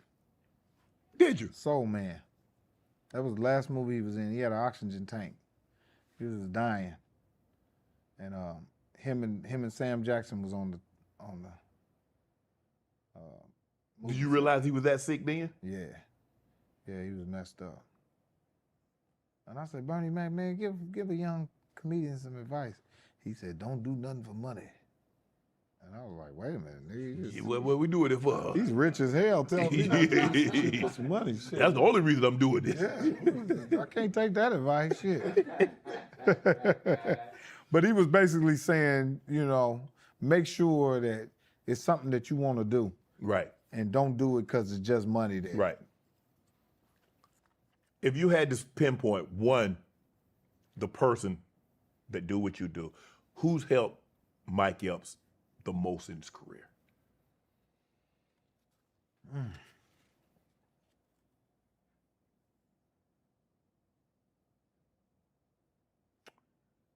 mean, it's so hard to say because there's so many. There's so many people. I think it's a conglomerate of a lot of people, you know? I got a friend of mine named TC that's been with me. He's seen the whole movie, my brother TC. He's seen me come to New York before anybody met me. He's seen me before any of the wives that I met. So I would say my brother TC, man, and my manager. You know, I always tell young black men, you gotta have a soul brother, man. You gotta have somebody with you, man. A brother that's gonna ride with you, man. And that's what TC's been. He's been a great friend of mine, and been with me in some dark times and some great times, you know. So I would say my road manager TC has been one of the most pinnacle brothers in my people in my life. You know, when my parents died, all kind of stuff. You know, you think about the moments, man. You know, but of course my wife, man, I can't take anything from her, man. She's been a solid person for me and helped me become who. I remember one time the first time I met my wife, I came in the house high. And she said, if you ever do that again, we'll never be together. And I never did it again. And that's been some years ago. I thought I was gonna be able to be that person with her, like, let me show her this other, because she didn't know. I said, let me show her this other side of me. Hi, come in the house. She was like, if you do that shit, it's over. And I respected that. And I wanted to be with her that Is that bad. the type of person that you needed? Hell yeah. If I would have been with somebody who would thought that was cool what I did, I probably wouldn't be sitting here. You know? You'd have been back at square one. Yeah, probably would have. Anything could have happened. So sometimes you have to have people threaten you with not being in your life. That's right. To make you, it's either this or that. So I picked that. Mm-hmm. I picked a good wife. She's a beautiful mother to my kids. Great wife. Very smart. You know, she's a producer herself. Okay. Yana Van Zant, different shows like Okay. that. So she understands the business, which I got blessed with that. You know? Joke stealing. Mm-hmm. I hear a lot of, some says, look, if that's the best joke you ever gonna tell, okay, I guess you can get upset about it. Or somebody will say, write a better joke. Where are you on joke stealing? I'll be honest. I don't know how you could steal a joke. I don't know what that is. The problem with that is we all think alike. Mm-hmm. You know, all the way down to telling a joke the same sometimes. Mm-hmm. There's a million jokes in the world, man. Red Fox used to do whole sets of stock jokes. I don't know where the he got them jokes, but he was telling them and was loving them. Right. Richard Pryor did all the jokes that Paul Mooney wrote for him. Mm-hmm. I don't know how you can steal a joke. You know, I hear people say shit I say all the time, and I recognize it. Right. Keep going. But I don't never go to nobody and tell them, hey man, you can't say that. Right. You don't draw no attention to it. You just like, you keep it moving. Yeah, because the reality of that is that I can take a joke and tell it, and a little young guy can tell the joke and tell it, and if nobody know who the he is, it ain't his joke no way. Right. It's not. Mm-hmm. You know, people stole all kind of shit from me coming up, but I don't. Can't steal a joke, man. They all joke. They all ideas. Is it true that you was gambling one time with Oak, and you lost 40 grand? With Charles Oakley now? Yeah. Hell yeah. Around with him. Remember Charles Gerald Levert? Yeah. Man, them NBA niggas was in a hotel gambling and shit, and I thought I could jump in there. You pay Oak? Because I was going to call Oak and say, Oak, I got him here for you. I know that nigga know me too. I know that nigga shit. Hell yeah. I was talking to him on the way over here. No, I didn't lose no money to him. I mean, I didn't owe him. I just lost some money gambling. But damn. That was the thing about with them NBA players. They had way more money than me. Yeah. I thought I could jump in there and No, play. you can't weather them storms. It's like the casino. Got f***ed up quick.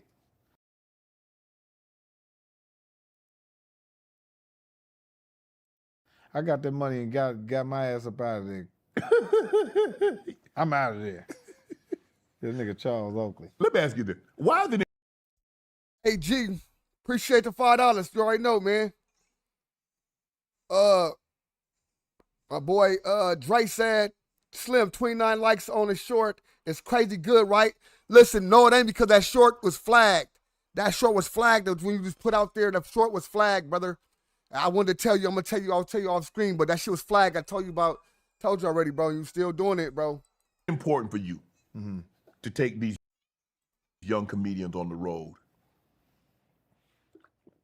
You know, I remember when I was young, and I remember how it felt to go on tour with the OGs, and I knew how important it was for them to learn and for me to learn too. You know, like I said, I learned from them and they learned from me. We all learn from each other, man. You know, and unfortunately, we all got to start somewhere. So Right. I like being on the road with these guys. We the ones tour, Right. you know.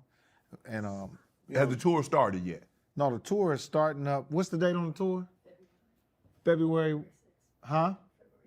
So it's in 26. You kick it off in 26. 26. February 6th, we doing a worldwide tour. Like I said, Shannon, this is our 3rd year doing it. How many cities? Oh man, we doing all the major cities. 40 cities. 40 cities. And if I posted it, it's on BMNshows.com. BMNshows.com. You want to go on there and check out all the dates. I'm headlining this year. Last year I was just hosting, bringing up the young comics. Right. But this year, Yeah. I'm coming out OG Right. after everybody. And we got TK Kirkland on the show. Okay. You know what I mean? Yeah. We got Jay Ski. Man, we got some of the youngest, hottest comics. It's gonna be the hottest comedy tour out. You know, you ain't gonna see nowhere where you gonna see a better tour than this. Wow. Young, hot black comics. And We that's the important. ones. That's important to you. You feel this is Mike Epps giving back. Hell yeah. And Mike Epps staying in the loop. Right. Because I gotta stay in the loop with these young guys to be funny too as well. Hello. Teaching and learning. Were you gifted Tupac's jewelry from All Eyes on Me cover? Yeah. How you get that? Mutar, one of the outlaws, Yeah. gave me that bracelet. And I gave it to Tupac's sister. Because I kept saying to myself, It ain't right for you. Ain't right for you to have. hold this man's bracelet. I met his sister set, and I said, I got something for you.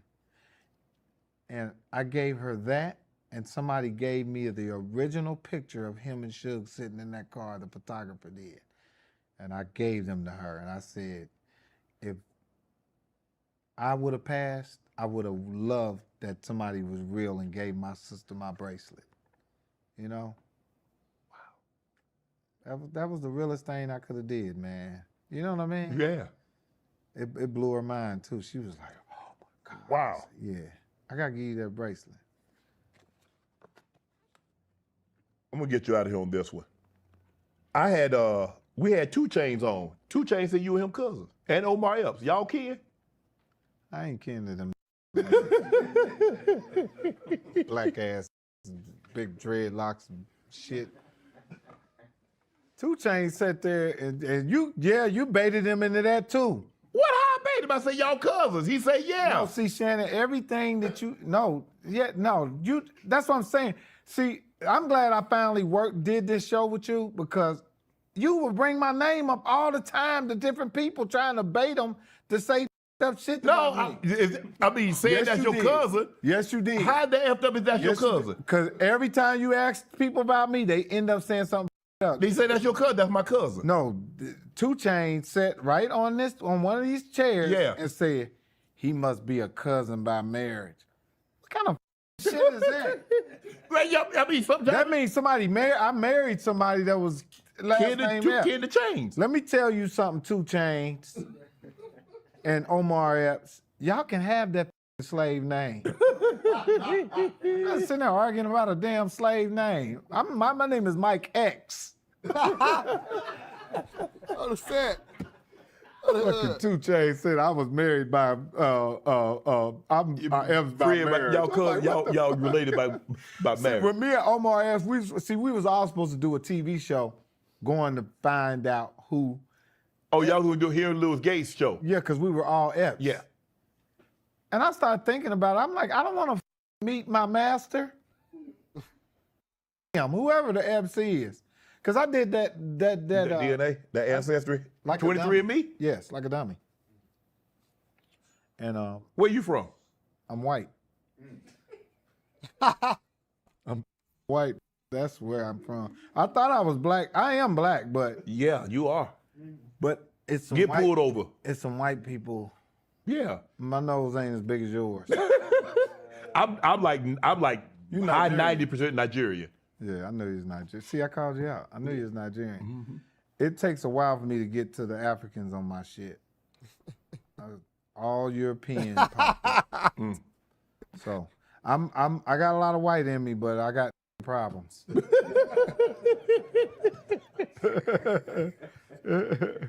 gonna get you out of this, Mike. Is there anything that you haven't accomplished that you hope to accomplish before you're done with this business? Yeah,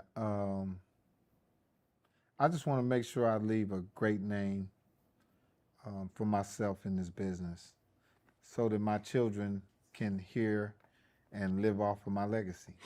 That's all I want to do. I want to make sure I leave out of this business unscathed and alive so that my kids can take what I did and flourish off of it. If I can do that, I'm good. I just want my name to be good. Everybody, when they hear my name and they hear Mike Epps, they say, man, your dad was He was all right. all right guy, hell of an actor, comedian, shit starter sometime, but for the most part, all the way around guy. What do you credit your longevity to? How have you been able to stay in this business, stay relevant for so long?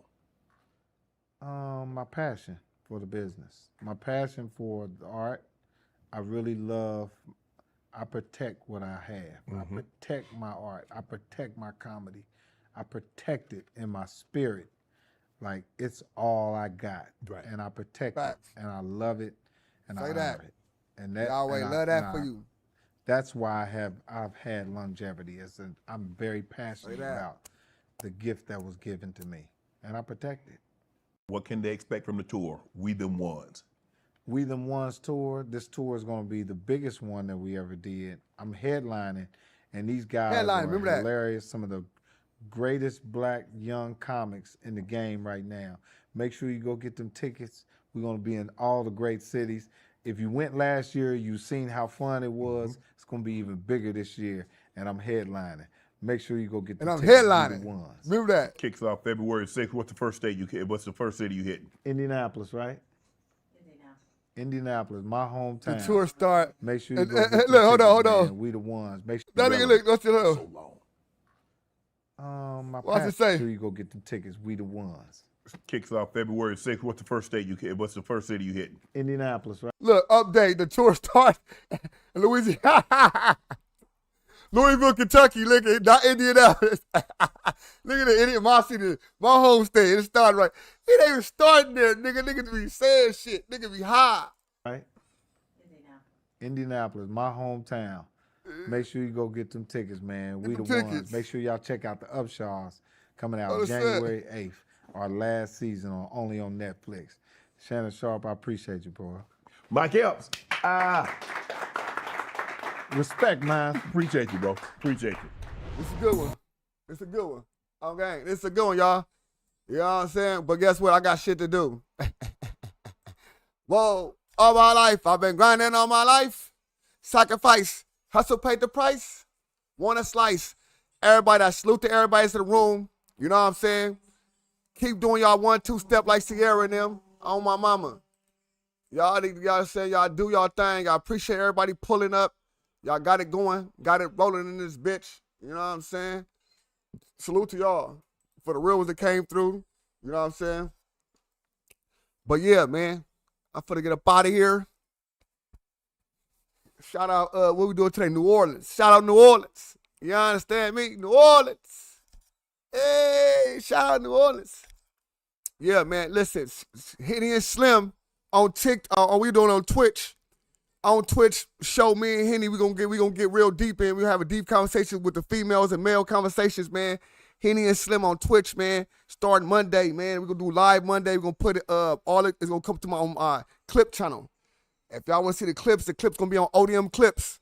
So y'all make sure y'all tap with the clip channel. You know what I'm saying? Hey, man, listen, bro. I had like 900 in this motherfucker, bro. It's been going up. It's like 5,400. All right, I'm saying we have 50,000 already. This, you know what I'm saying, came through this bitch.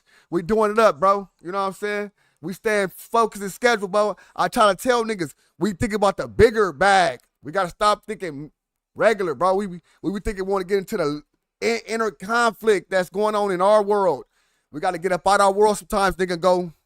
Go deeper, bro. Go deeper. You guys, you know what I'm saying? We go deeper and deeper, bro. Nigga, shit start happening. Shit start making sense. People want to see what that shit look like. People don't. You know what I'm saying? Stay focused. Stay focused, people. My nigga, what's gonna say? Stay focused, blacks. Straight up, you know what I'm saying? We're gonna keep getting deeper and deeper, man. We're gonna go deeper and deeper. We talking about different conversations on here. We ain't talking about the same shit we doing videos to over here. You know what I'm saying? I'm on the verge of this. We talking about other shit, bro. You know what I'm saying? We going full blown interviews. People with mindsets. I got another one that's going on right now. I'm gonna probably throw to you. You can jump onto it. You know what I'm saying? You can jump on before I jump on it. But you know what I'm saying? Straight up. Do your thing. Salute to the Mr. Pools. What's the fuck? I couldn't say it. Pose 107, 007. I believe it said that. But yeah, man. You know what I'm saying? We doing it up, bro. Doing it up, man. You know what I'm saying? Appreciate everybody pulling up, man. We gonna be doing it all, bro. All that try to I ain't with all that other fake ass bug crap. That's not me over here. I'm over here trying to, we building. You know what I'm saying? We building, bro. We did like 55,000 already for this live. I appreciate the love, appreciate the subscribers, man. Appreciate the likes, man. Get them likes up if y'all could, man. Y'all enjoy y'all day, man. I'm finna go outside with my homies real fast, eat some tacos, 'cause I'm finna be going home, bro. I'm finna be going home. I'm on my way back to you know what I'm saying, Spokane, Washington. Back to Washington, you know what I'm saying?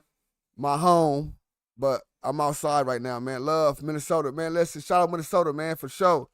You know what I'm saying? Shout out Minnesota, man. James Bond ass niggas for sure. Later, everybody, man. Salute to everybody in the room, man. You know what I'm saying? Y'all wait to all y'all, man. Bless to y'all, man. You know what I'm saying? Bless to everything y'all believe in. You know what I'm saying? Praise to everything y'all believe in. What I believe in, I'm going to say to y'all. You know what I'm saying? God bless y'all. You know what I'm saying? Keep being blessed. I'll see y'all in a minute, man. That's like 300-some people in this motherfucker right now. I'm still finna, I got to shut it down, though. I'll be excited, man. It's for 400 people in this motherfucker. I got to shut it down. I've shut it down with 400 people, man. I kind of feel bad doing this. Like, it feel bad, like... It feel bad doing this, bro. I got water right here on the dead. It feel bad doing this. Like, damn, cuz. Fuck.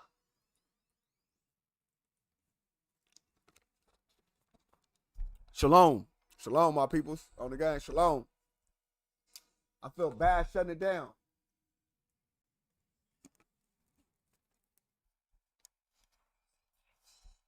But I gotta do it, brother. I have to do it.